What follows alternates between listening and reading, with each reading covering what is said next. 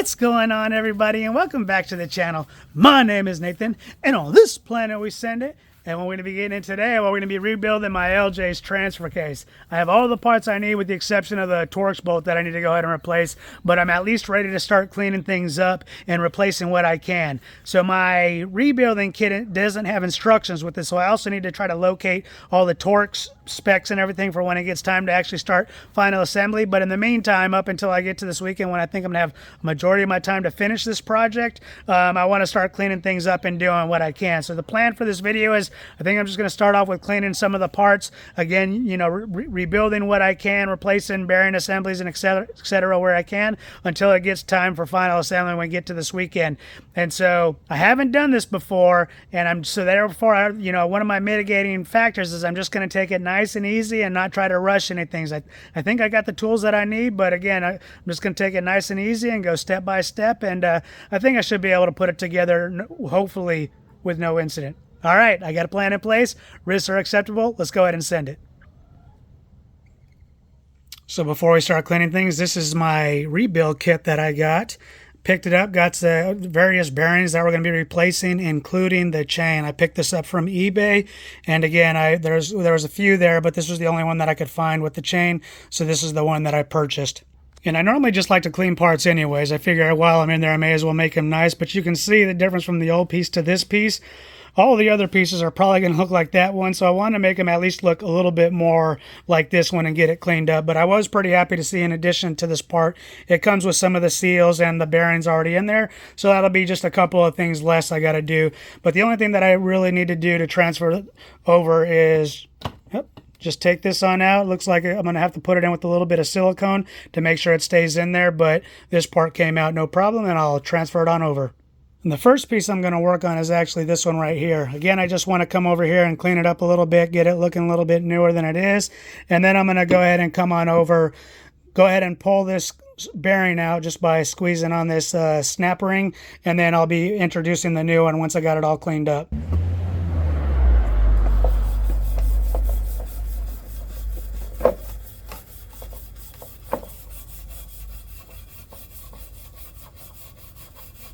All right, we got it nice and cleaned up. Not necessarily perfect, but looking better than it was before. Now we're just going to take the snap ring out of it.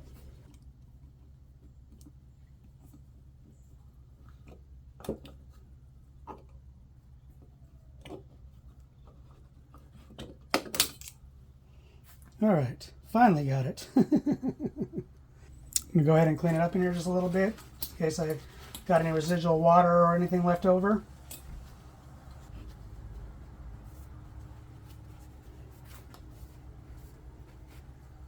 Now I do want to just spray it with a little WD-40.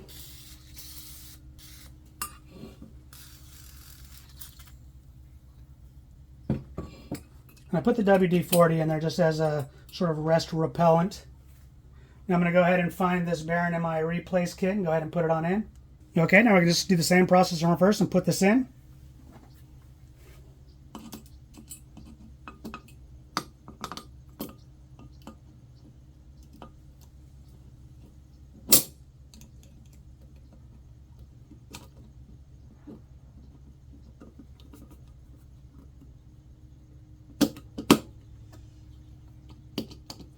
And she's in. A little bit of WD-40. And there we go. Let's move on to the next part.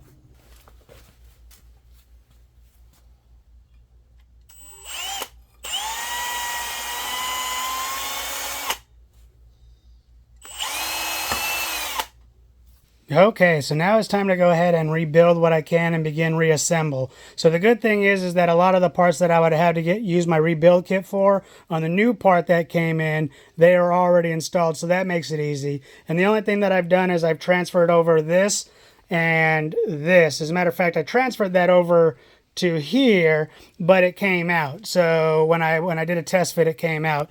And the other thing that I had to pull out was this vent right here, and I needed to use heat on this one, and I also needed to use heat on that one to pull those two things out. This one actually came out real easy. So now I'm going to go ahead and I want to go ahead and start assembling the Planetary. I think the easiest thing for me to do is to kind of take it out how I put it back in how I took it out. So I believe this fits just like so. So I'm going to put that there and lay the Planetary on top, and then we're going to go ahead and put the Planetary on in there, the main part through. And I believe that, if I recall correctly, that's a snap ring that goes over it, and then we'll go ahead and put this piece on top of there. All right, so this is the part from my rebuild kit, so we're putting that on there. And now I'm going to go ahead and place the Planetary.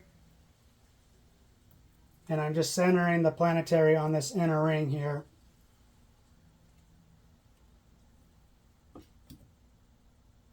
All right, now we got this piece that I just want to go ahead and drop on through.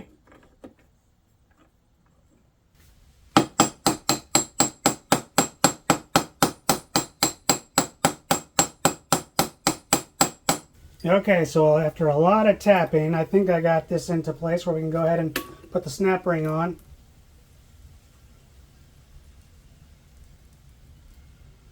This was a pain taking off. Hopefully it's not so hard putting it on.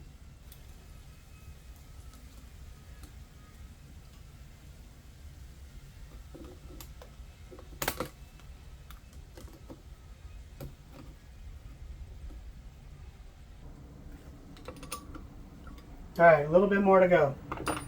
So after a lot more pounding, I finally got the snap ring on, and I just want to give you an idea on how far deep you're going. I don't know how well you can see it, but I'm trying to show you from the angle. But look at how this part of the Planetary is lined up just about flush with the teeth in there, if I can get it to focus in on there. You can see that's about where you're trying to get to know how far down you got to go. Let's go ahead and turn this over and put the gasket or the seal on the other side, which I just had. Let's see here, we got the lube for it. And it was just right here to the side. So I'm going to go ahead and put just a little bit of lube here so that the gasket doesn't, a little bit of grease so the gasket doesn't rot away with time.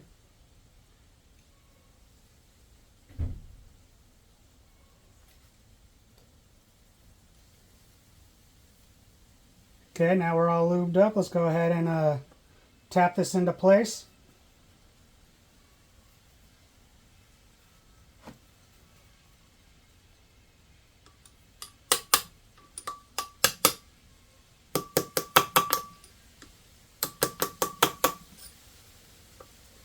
Wish I could find the old one. It would be, I'd put it right on top. Let me see. No. Let's try some technical stuff here real fast.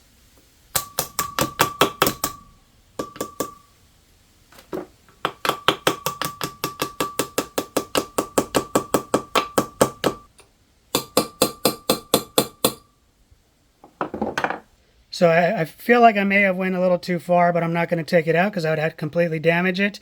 But I was originally trying just to go so that it was flush with here. A little bit more like this side, but I'm not going to bother it. I'm just going to leave it as it is. Try to get it maybe as even as possible, but yeah, it is what it is. I'm just going to leave it as it is, and shouldn't cause a problem. I hope not. So next we're going to go ahead and put this in here. And I had to use heat to put it in, to take it out, so I'm anticipating using heat to remove it, so we're going to go ahead and do that.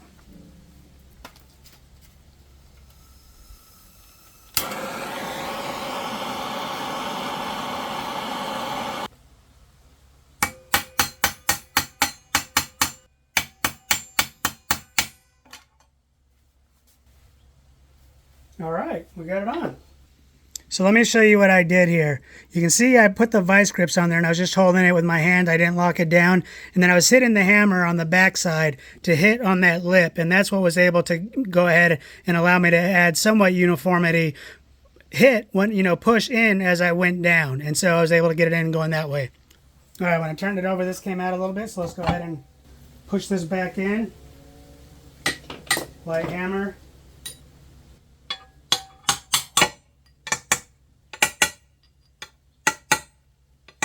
All right, we're all the way down. Now I'm going to go ahead and put on just a little bit of this silicone.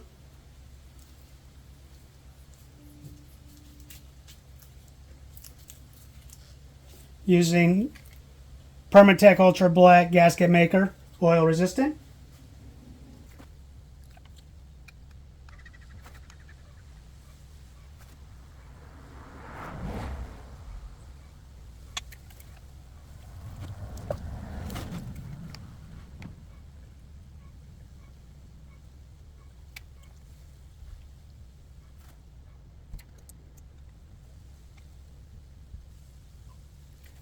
Now that I got my bead down, I'm going to go ahead and just spread it out.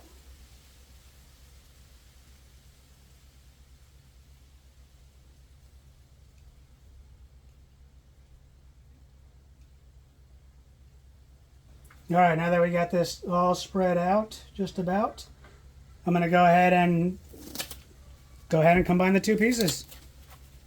Now I'm repositioning this piece because I want to be able to line up this dowel along with this dowel that's currently in this piece. And so for me, at least, it was easier to go ahead and put them both on basically parallel plane from how I'm standing.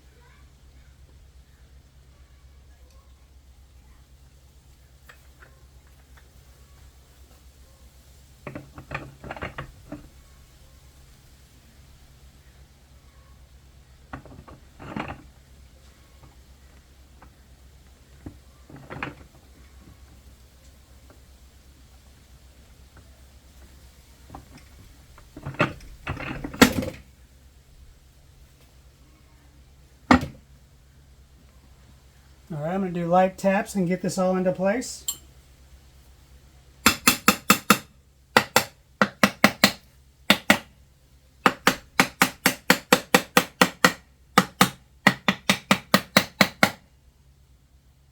I'm going to go ahead and start these bolts, not tighten them down completely to torque spec because I got to look it up and see what they are real fast, but I'm going to go ahead and get these on in.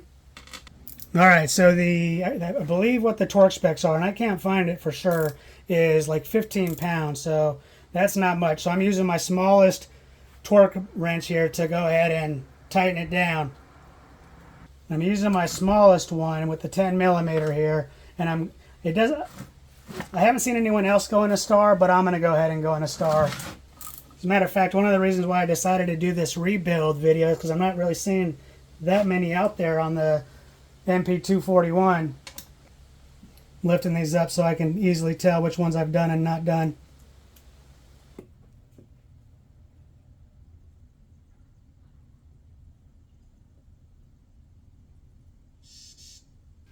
So I just went ahead and had lunch, and I figured I wanted to go ahead and put blue Loctite on everything.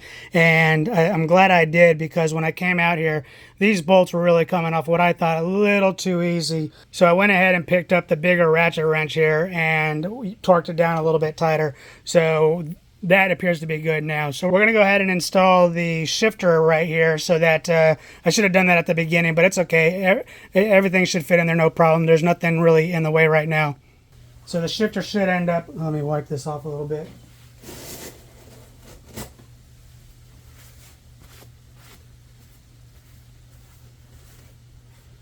All right, that looks better. The shifter should end up somewhat like this, so let's go ahead and put her in. Got it in. Now I'm going to go ahead and take the bolt here, and you know it's the right one because it has these little bearings on the inside of it. So I'm going to go ahead and put this in where it makes sense, but I had forgotten to put this on there. So I'm going to go ahead and add that on, and then go ahead and put this back into where it makes sense within the video.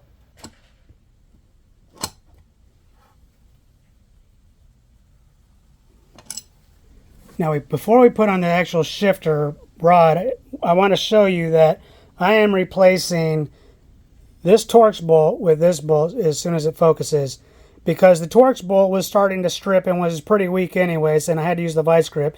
And you can see relative, as far as like the flat cap, they're roughly about the same size, and lengthwise they are the same size. So I just went to Home Depot, found one relatively the same. I'm going to go ahead and use this 6-sided bolt here.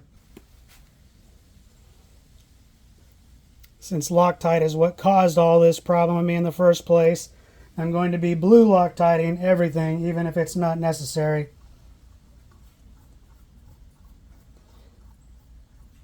That way it's strong enough to go ahead and hold up to the vibrations, but also it's not too strong to where you'll need heat to take it off.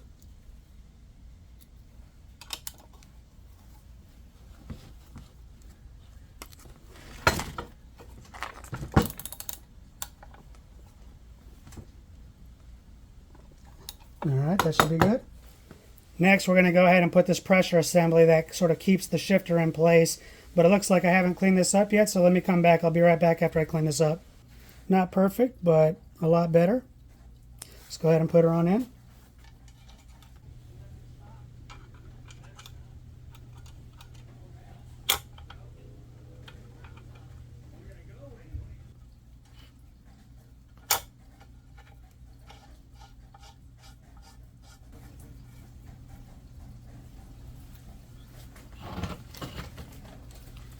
Oh, dang it. I didn't lock tight. I think with the spring having tension on there, that should be fine, though. Go ahead and find my big crescent, though. Here we go.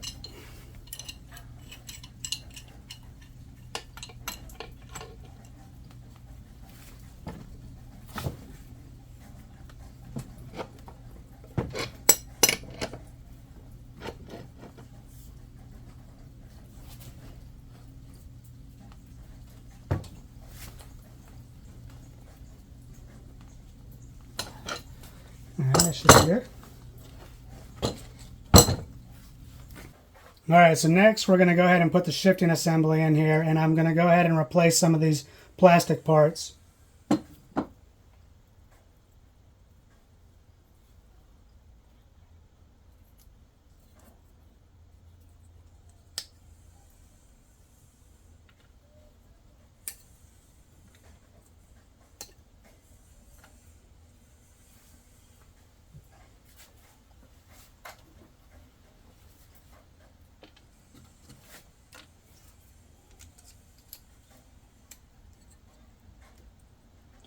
One of the things that I'm taking a look at is the plastic pieces that came off appear to be in good shape. So that tells me that it didn't actually heat up too much. And I was concerned about that because, well, there was a period, as I was telling you in the original part 1 of this, that I was driving it around a couple of periods. When it broke initially, I drove it home, and then I drove it around to figure out if I had fixed the issue at hand. And so seeing that those plastic pieces are in pretty decent shape tells me it didn't get so hot. So these have been replaced. Let's go ahead and slide this on in.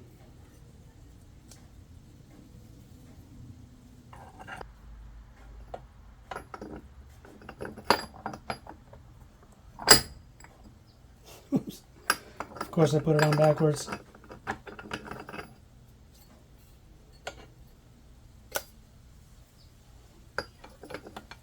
Alright, so real fast I want to show you something before we actually insert it. That lever right there has to go into that groove down there. So that's the key thing to make sure to when you put it in, if it's gone in correctly or not.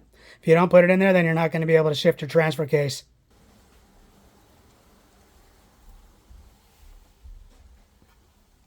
There's two sides of it. You have a flat end and the top end here. So the bottom down there is flat. So I'm assuming, let's just see if the shifter works. Nope, I believe we're good there, so we'll go ahead and leave her as is. Let me go ahead and put it down. Now it should be time for this piece right here. That went on, that came off easy, so that went on easy. Next we need to go ahead and put on this part of the shifter, and I've already replaced the plastic pieces off camera.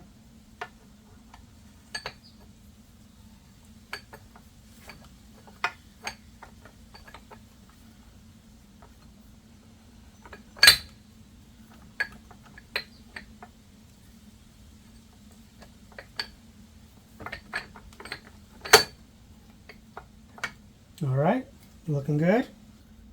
Alright, it's time to get ready to start putting on the chain, so let's go ahead and feed this through. Got that on there. And now I want to go ahead and put on these two pieces right here. But before we do that, I want to at least go ahead and bolt on the back side of this piece. I won't be able to torque it to spec yet, but I want to at least go ahead and bolt this on down here, which is the half moon crescent here.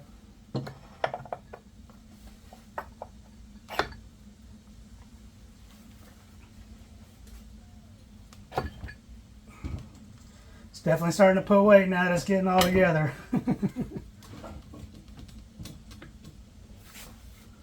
All right, and I believe that is this one. Wonder if they're the same real fast. They both appear to be the same because they both got the same marking. So I'm going to go ahead and use either or. But this one I'm pretty sure it came with this one because I didn't really move the parts around on my bench too much.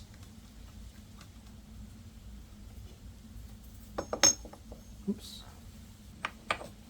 Alright, again, not torquing it down yet. I just want to hold it on there. Go into wide view because this is going to be tricky. I got to be able to get a brand new chain onto both of these sides, and that's not going to be easy. I'm just doing one last testament fit here just to make sure, yep, everything's all good. So we just need to put the chain on. And then to do so, we will grab the new chain.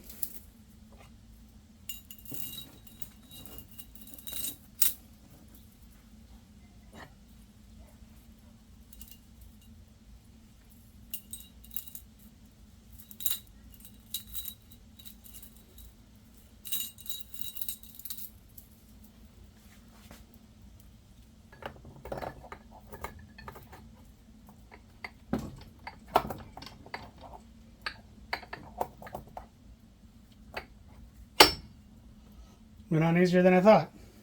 All right, good deal.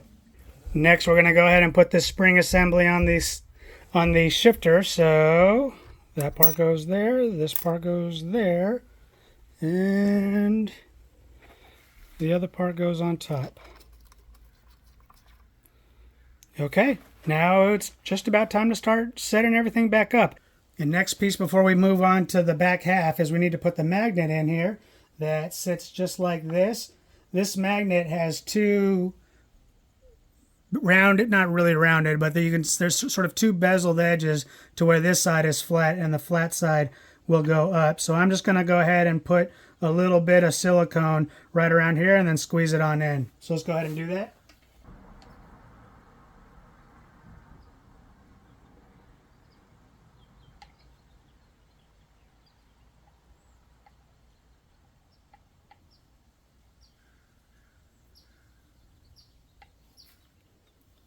Shouldn't need too much.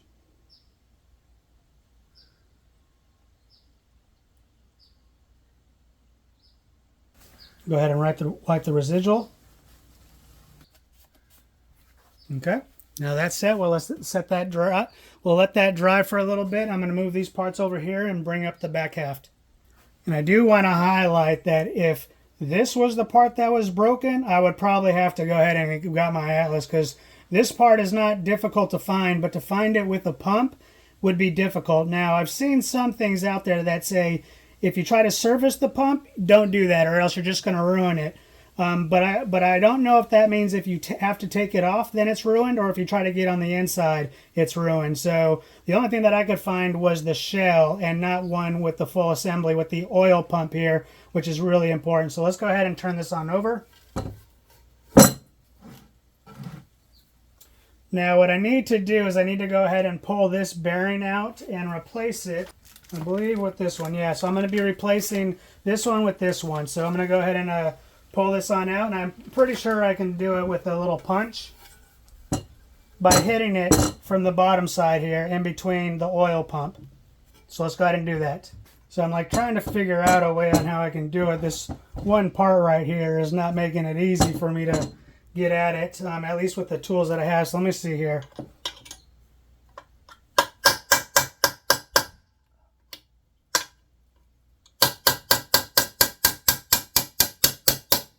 Actually, it's coming out pretty easy.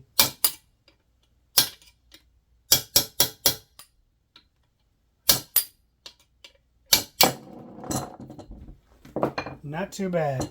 Okay, let's get the new one.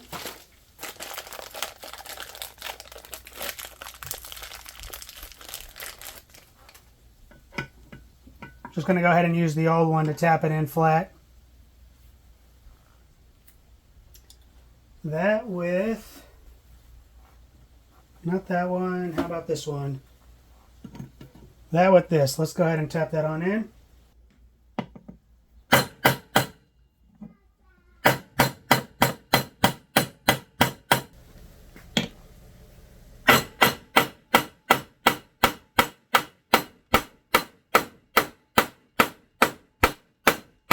Good morning. So I just did a short showing me transferring through all the gears, showing that all the gears are working. But I want to highlight a couple of things. Number one, when you go to do it, which is extremely important to do it. If you haven't seen that video, I'll go ahead and post it in the upper right. But I also want to highlight, number one, you need to make sure it's fully seated all the way down. So you can see I got it all the way down.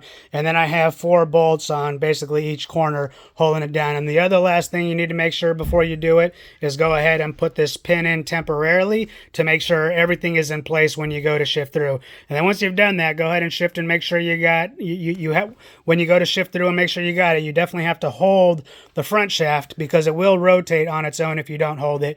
And to be honest, it took me a lot of time figuring that out, and I didn't necessarily figure that out on my own. I had to reach out and ask some of the Jeep clubs that I'm a part of, and a gentleman named John helped me out. So thanks again, John.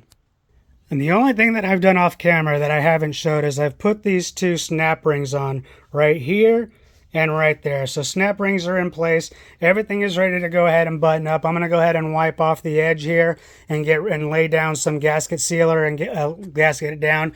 But in the meantime, I also need to go on. There's a couple of clips that are going to be going on in specific places, so I need to figure out where all that is. So I'm going to go ahead and come back after we got the, you've already seen me kind of lay down gasket, so I'm not going to show that again. But when we come down here, I'll go ahead and show you what it looks like, the end product. And the other thing is I didn't show this camera, but one thing that I'm realizing that all this junk, all this previous gasket maker was hiding behind that oil filter and that oil catch. And so I'm definitely going to make sure I try to use only the amount that's necessary and no more. And I did want to show you this. Another thing that I recommend you do prior to actually doing this for real is practice putting this on, because there's a little trick to it. You're trying to get this on top of that, so you got to kind of like feel it out and wait till you feel it bite. And then once you feel it bite, you gotta, then I recommend using a rubber mallet.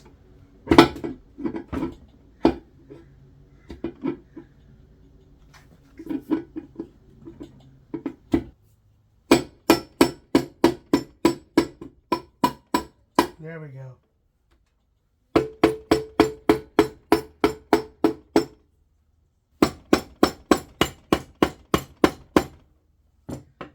And then the last thing is that's a little tricky is you got to make sure that you got to get the pin all the way through. And this is the critical part, is you got to get it up high enough. Sometimes you got to shift it a little bit to maybe have it set. There we go. See, it's coming up. Just lightly tap till you see that hole and then grab the pin, which of course I have too far away.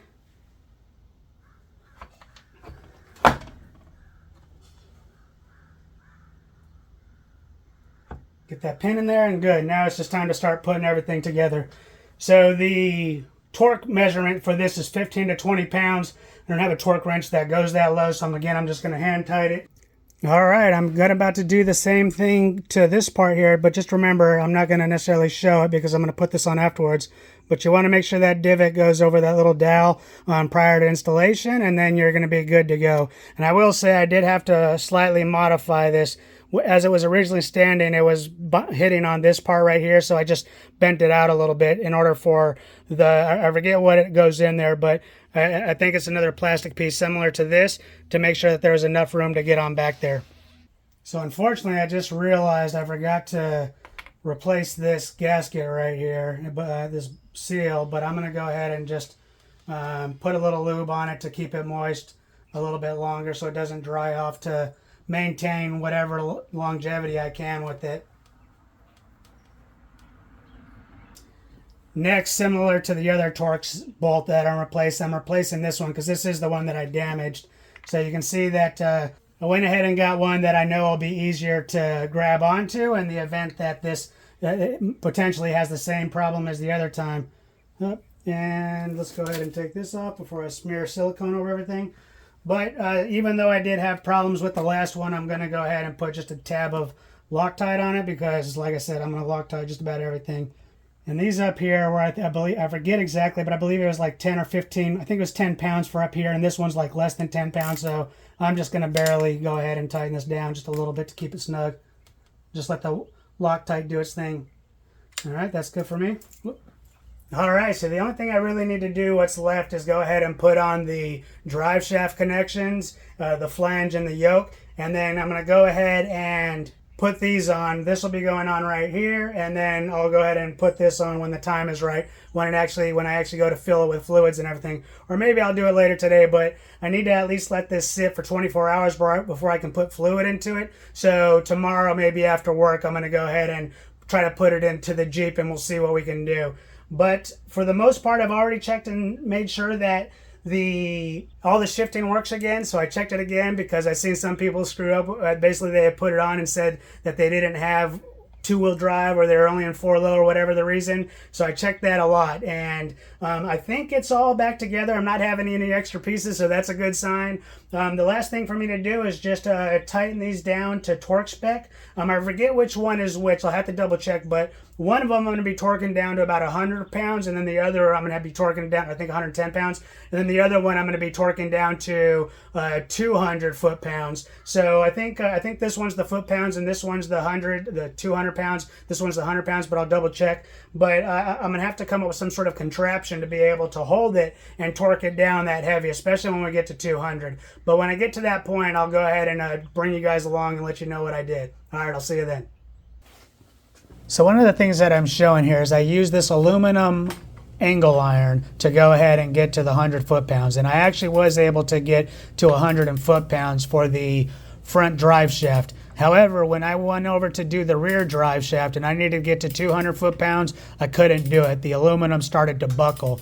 And plus, I'm not even weighing 200 pounds anymore. So it's quite a big effort to do it. So I'll be up front. I never ended up getting to 200 foot-pounds, but what I did to get close to it was once I installed it onto the Jeep, I went ahead and put the front drive shaft on, since that one was already torqued down, and with the emergency brake on and the drive shaft and everything in place, I went ahead and hung on it as best I could, or pushed on it the best I could, but with the positioning and everything of it, I couldn't get all the way to 200 pounds, but I think I got at least well past 150. It was just in an awkward position to where I really couldn't get much weight leverage onto it. So I would recommend, if you can, create some sort of, maybe use some metal angle iron and then put that onto the flange where the rear drive shaft is, and then try to do it that way. But yeah, this is just one of those risks that I'm just going to have to accept by not torquing it down to full 200 foot-pounds.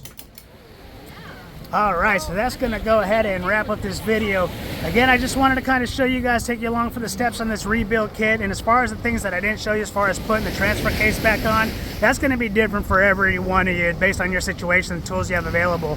For me, I'm glad that Ragnarok was at least tall enough to go ahead and get under the Jeep and then basically bench press the transfer case up and sort of shimmy it on there on the third attempt. So it got on there and everything is good to go now. And I'm just looking forward to my shakedown run. I got Ragnarok's, all the gear is loaded and ready to roll. So when I get home from my trip, I'm going to be going ahead and scheduling the next one on Ragnarok and bring you guys along to see how the test goes. All right, but thank you for watching. I hope you enjoyed this video, and I'll see you on the next one.